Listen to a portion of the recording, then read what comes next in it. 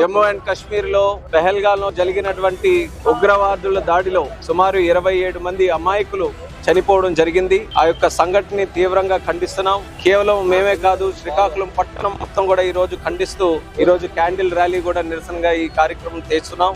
అలాగే భారతీయులందరూ కూడా ఐకమత్యంగా ఇటువంటి చర్యను అందరూ కూడా ఖండిస్తున్నారు. పిరికి పంద చర్య, అమాయకుల పైన దాడి చేయడం, ఉగ్రవాదానికి భారతదేశంలో కూడా చోటు లేదు. అదే విషయం మీద మన ప్రధానమంత్రి నరేంద్ర మోదీ గారు అనేక సందర్భాల్లో దీని మీద ఉక్కుపాదం మోపుతూ ఎన్నో కార్యక్రమాలు చేశారు. అయినప్పటికీ నిన్న జరిగినటువంటి సంఘటన ఎంతో మనసుకు కలిచివేసే విధంగా, ముఖ్యంగా మన ఆంధ్రప్రదేశ్ రాష్ట్రం నుంచి 2 వ్యక్తులు, కావలి నుంచి మధుసూదన్ గారు, విశాఖపట్నంలో నివసిస్తున్నటువంటి చంద్రమౌళి గారు, వీళ్ళిద్దరూ కూడా టూరిజం గా వెకేషన్ మీద అక్కడికి వెళ్లడం, కుటుంబ సభ్యులందరితో కూడా వెళ్లడం, ఈ యొక్క సంఘటనలో చిక్కుకొని ప్రాణాలు కోల్పోవడం అనేది చాలా బాధ కలిగించేటటువంటి విషయం.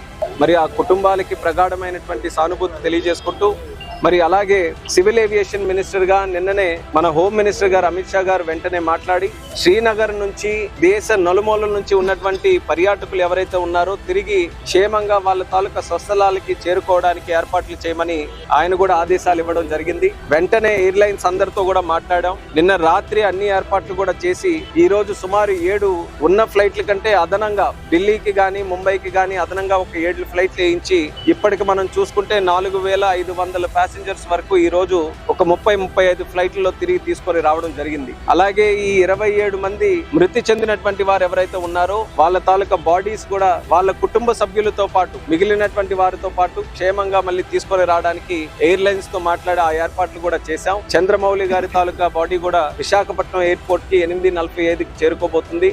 రిసీవ్ చేసుకోవడానికి రాష్ట్ర ముఖ్యమంత్రి వర్యులు చంద్రబాబు నాయుడు గారు కూడా విశాఖపట్నం ఎయిర్పోర్ట్ కు వచ్చి మరి ఆ కార్యక్రమంలో పాల్గొబోతున్నారు. మరి అలాగే కావలికి కూడా ఆ బాడీ చేరుకోబోతుంది. ఈ రోజు మిగిలినటువంటి అన్నిటికీ కూడా ఏర్పాట్లు చేశాం. అలాగే శ్రీనగర్ నుంచి ప్రయాణికులు ఎవరైతే తిరిగి రావాలనుకుంటున్నారో వాళ్ళు ఫ్లైట్లు మార్గంలో వస్తే అనవసరంగా ఫ్లైట్ తాలూకా ఛార్జీలు పెంచకుండా ఉంచడానికి కూడా ఎయిర్లైన్స్ తో మాట్లాడి చర్యలు కూడా తీసుకున్నాం. శ్రీనగర్ ఎయిర్పోర్ట్ లో కూడా అక్కడ ఉన్నటువంటి ఎయిర్పోర్ట్ అథారిటీ ఆఫ్ ఇండియా అధికారులతో మాట్లాడి అదనంగా ఏర్పాట్లు, ఫుడ్ గానీ, వాటర్ గానీ, వాళ్ళకి ఎటువంటి సహాయ సహకారాలు కావాలన్నా అక్కడ అన్ని రకాలుగా కూడా ప్యాసింజర్స్ కి చూసుకునే విధంగా కార్యక్రమాలు కూడా అక్కడ ఏర్పాటు చేయడం జరిగింది. వీలైనంత వరకు సివిల్ ఏవియేషన్ మినిస్ట్రీ నుంచి ఏ సహాయక కార్యక్రమాలు కావాలో ఎక్కడ లోటుపాట్లు లేకుండా ఎయిర్లైన్స్ తాలూకా సహకారం తీసుకుంటూ, ఎయిర్పోర్ట్స్ తాలూకా సహకారం తీసుకుంటూ, అలాగే రాష్ట్ర ప్రభుత్వాలు, ముఖ్యంగా జమ్మూ అండ్ కాశ్మీర్ రాష్ట్ర ప్రభుత్వం అందరి తాలూకా సహకారం తీసుకుంటూ కార్యక్రమాలన్నీ కూడా చేస్తున్నాం. అయితే నిన్న నరేంద్ర మోదీ గారు కూడా దీని మీద స్పష్టంగా ట్వీట్ చేయడం జరిగింది.